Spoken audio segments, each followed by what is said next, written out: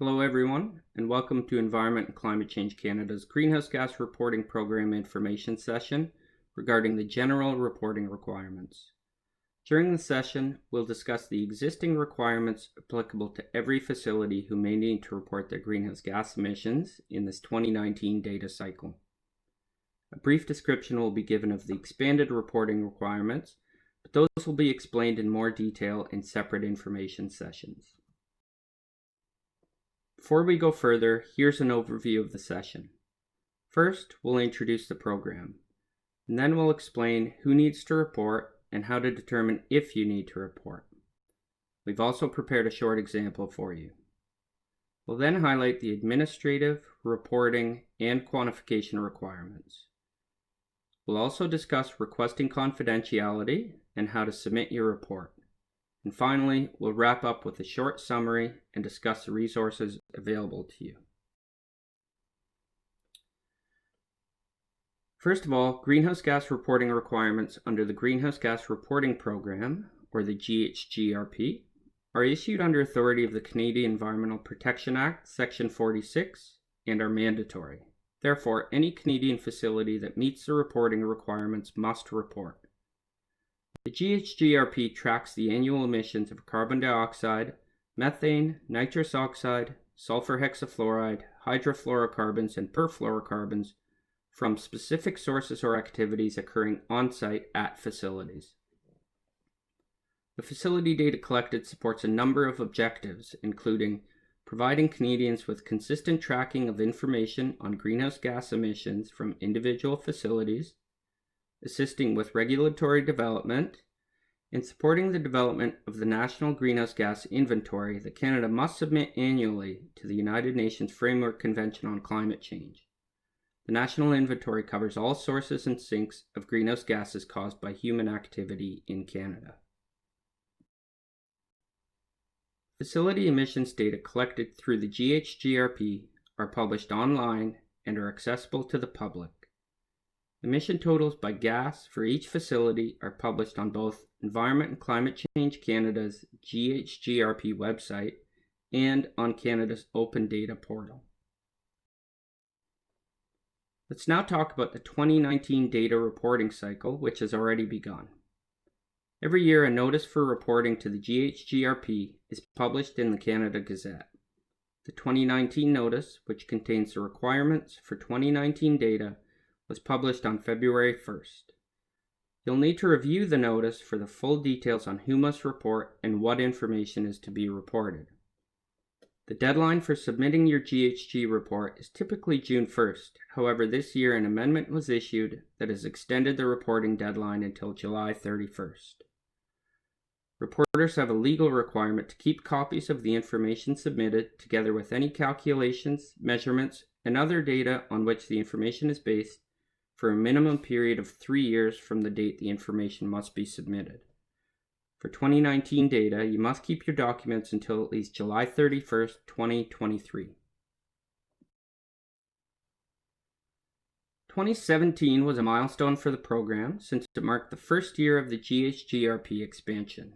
The 2018 data cycle marked the first year of Phase 2 of the expansion, and 2019 simply represents a continuation of these two phases of including expanded reporting requirements.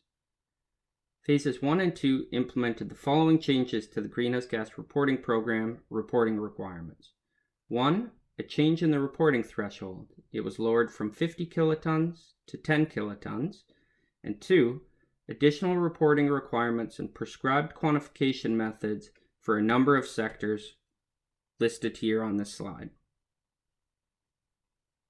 Please note that all facilities are subject to the general reporting requirements, which are the existing greenhouse gas emission requirements similar to previous years. Now, let's determine if you need to report. There are two criteria used to determine this.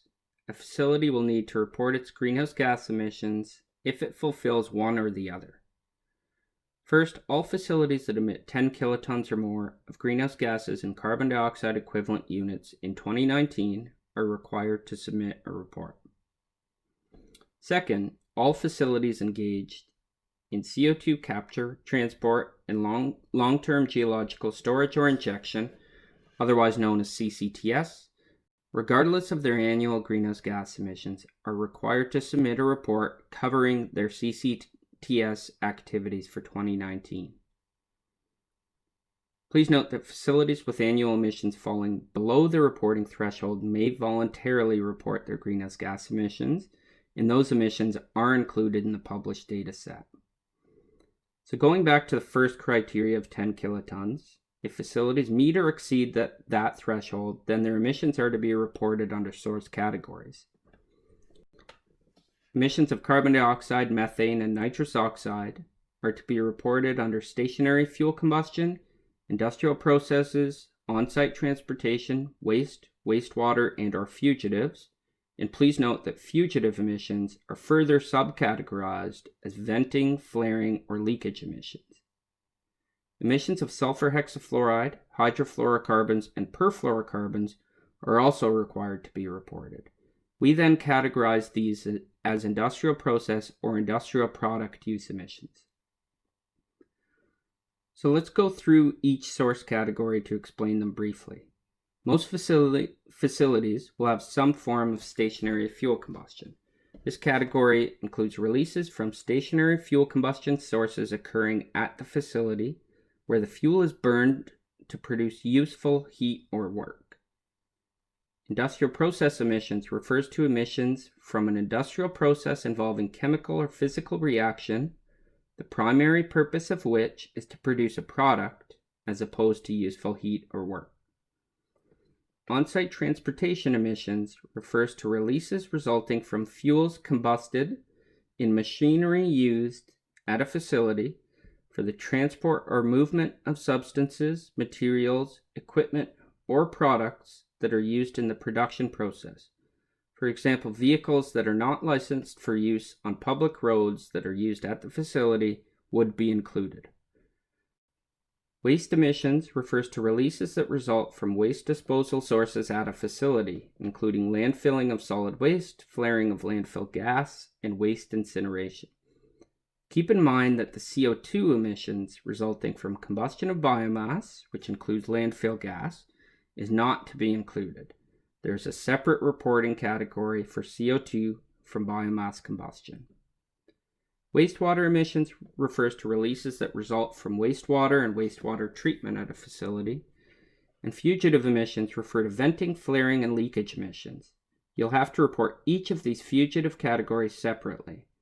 Venting and flaring emissions result from controlled releases of gases, while leakage emissions come from accidental releases and leaks. And finally, industrial product use refers to the use of a product for an industrial process that does not react in the process.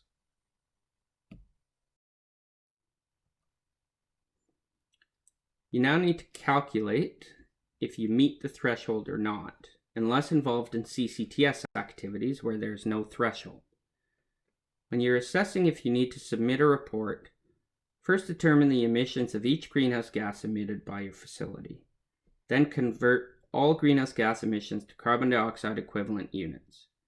Finally, compare the facility emission total to the reporting threshold of 10 kilotons. To convert emissions to carbon dioxide equivalent, multiply the amount of the greenhouse gas by its global warming potential, which can be found in the 2019 GHGRP notice. To obtain the facility's emission total, you simply sum all of the greenhouse gas amounts in carbon dioxide equivalent units. If facility total emissions are lower than 10 kilotons, you do not need to report. If the total meets or exceeds 10 kilotons, then you must report. When reporting emissions, you'll provide the emissions of each individual greenhouse gas in its actual tonnage. You do not need to convert it into carbon dioxide equivalent.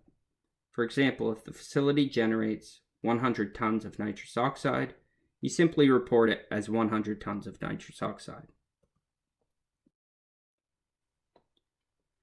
Let's look at a concrete example considering fuel combustion emissions. A general equation for calculating emissions that uses emission factors is the following. Inside the square brackets, you see 3 sets of brackets, each of them representing a specific greenhouse gas. The same calculation is required for each greenhouse gas, where the amount of fuel combusted is multiplied by a fuel emission factor and then by the global warming potential of the greenhouse gas. The emission factor estimates the rate at which a greenhouse gas is released into the atmosphere as a result of some process activity or unit, in this instance, the burning of fuel. The global warming potential allows a comparison of the global warming impacts of different gases. Here we have an example of the annual quantity of natural gas combusted that would generate enough emissions to exceed the threshold. To use the general equation presented in the previous slide, we need three types of information. The annual fuel amount, in this case natural gas, combusted at the facility, the emission factor, provided in the left table and taken from the National Greenhouse Gas Inventory Report, and the global warming potential, provided in the right table and taken from the 2019 GHGRP notice. We then calculate the total amount for each greenhouse gas and carbon dioxide equivalent units by multiplying each gas's emission factor by the annual fuel amount and then multiplied by the global warming potential. We then sum the three totals. We thus obtain 10,082 tons of greenhouse gas emissions for 1 year, which is above the threshold, meaning that this facility would need to report its greenhouse gas emissions to the GHGRP. Before going further, here are some definitions we wanted to mention. Under the Greenhouse Gas Reporting Program, a facility is an integrated facility, a pipeline transportation system, or an offshore installation.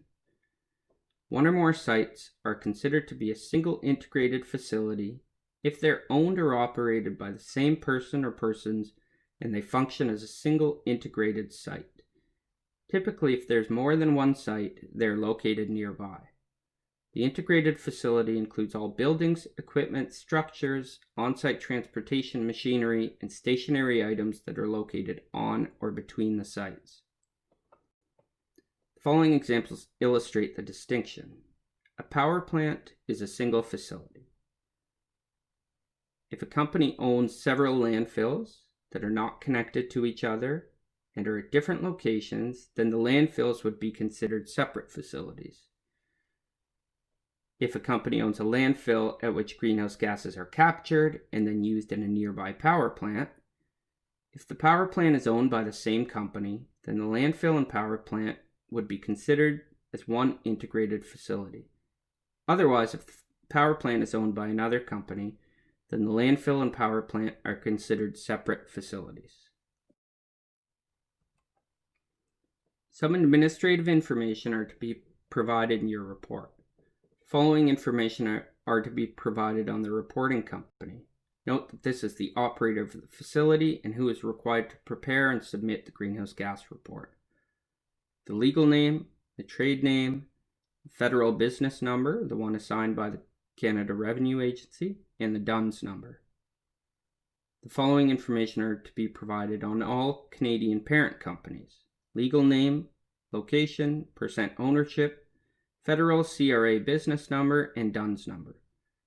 Please note that if the facility is located in Canada, then the greenhouse gas reporting requirements apply to it, regardless of the nationality of the parent company. However, you would not be required to provide information on the foreign parent company in your report.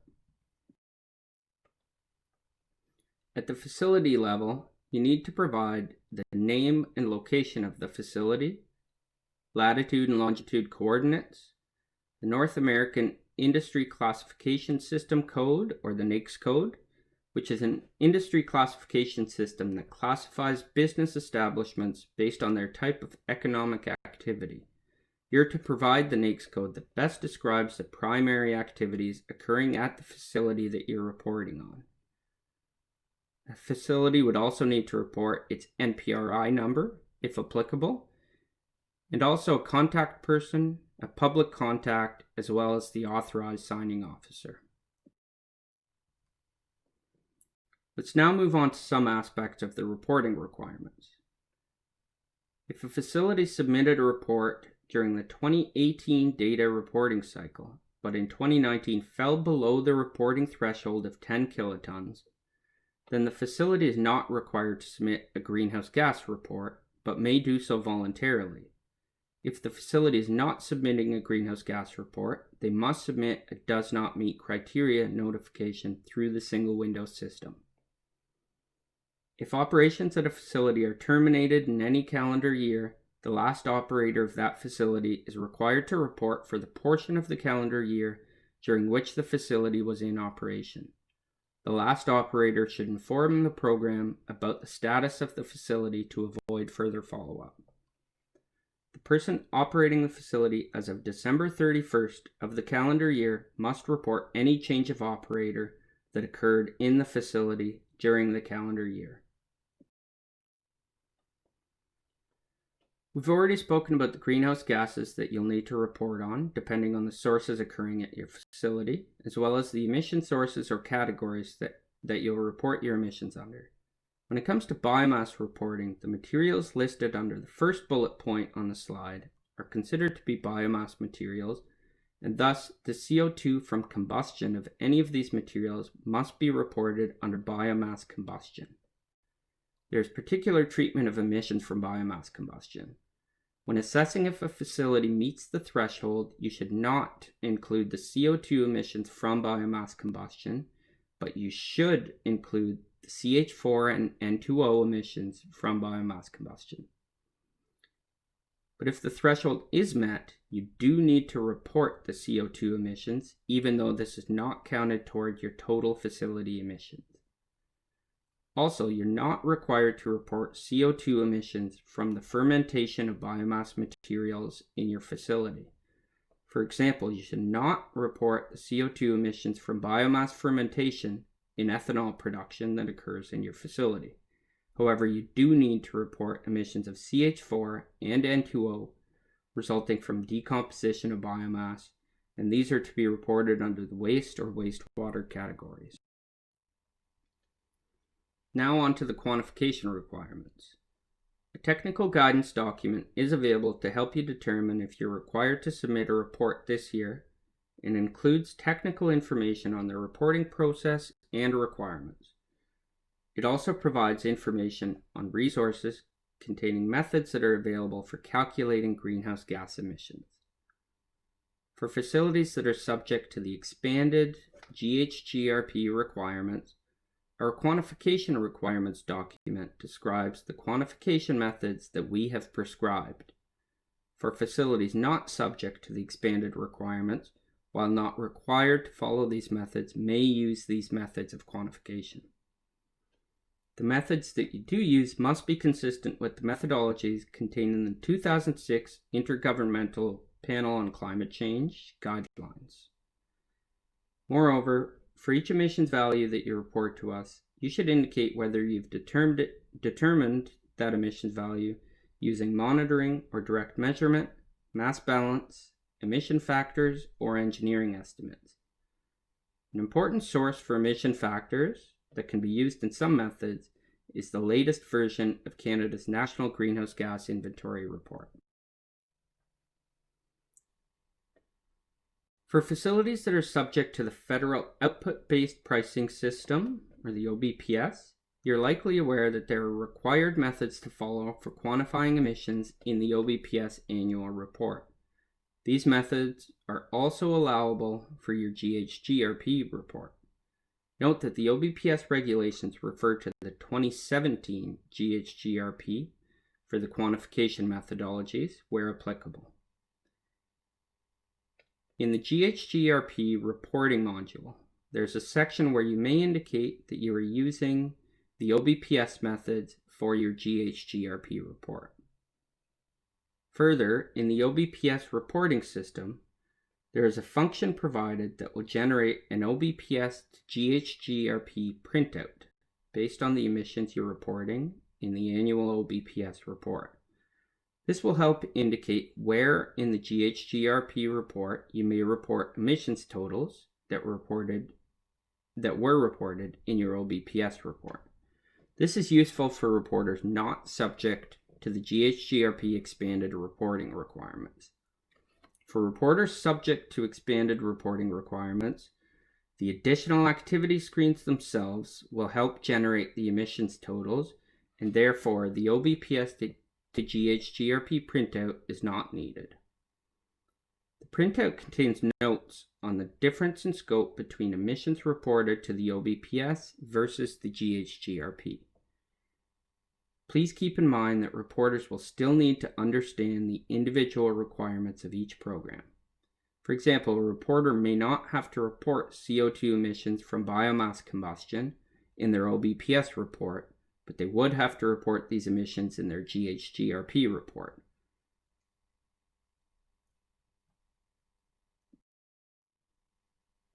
With regard to confidentiality, you have the ability to request that certain information be treated as confidential and that it therefore not be published. This may be important to you if you have concerns about certain types of information that you need to provide and that may be sensitive in nature. There are provisions under the Canadian Environmental Protection Act whereby you may submit, along with your report, a written request that the information that you provide be treated as confidential based on one or more of the reasons set out in Section 52 of the Act. During the online reporting process, you'll be asked if you're requesting confidentiality for your report. You must choose yes or no. If you choose yes, then you must submit a written request along with justification and supporting documentation to Environment and Climate Change Canada. This written request must be uploaded as an attachment to the report before the report is submitted online. A request for confidentiality applies only to the individual report to which it relates.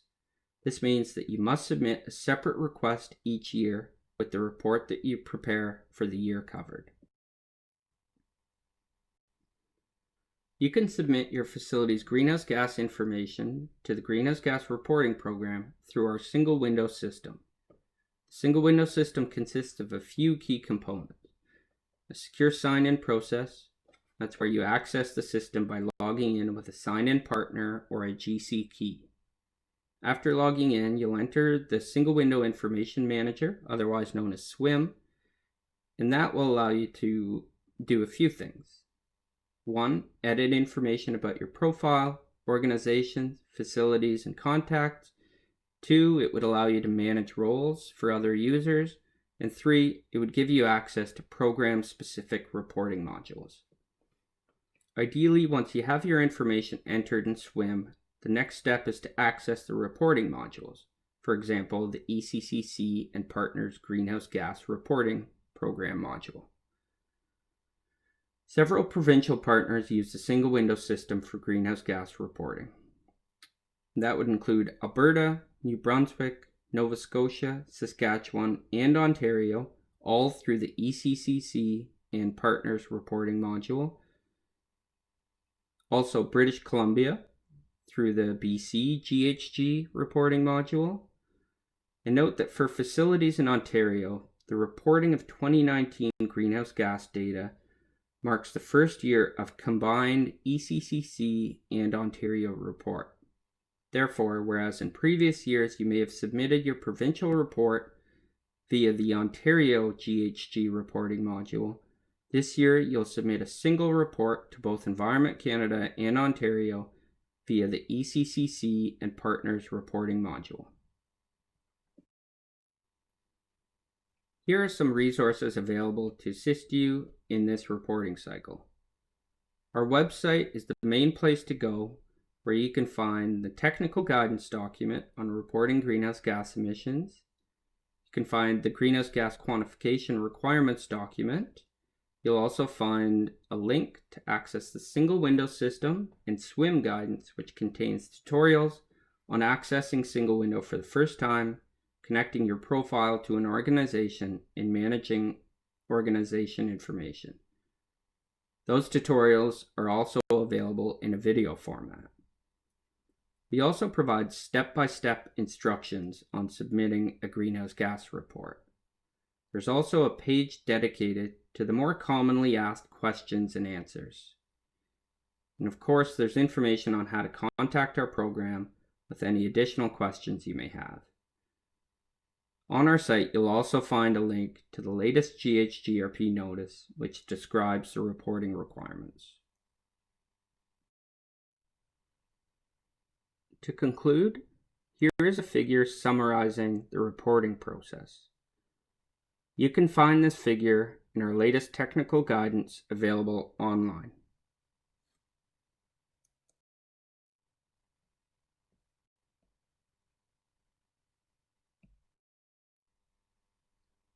Finally, if you have any questions, do not hesitate to contact us. We encourage you to check out the additional recordings available, including further information on expanded reporting requirements, as well as single window demonstrations. Thank you.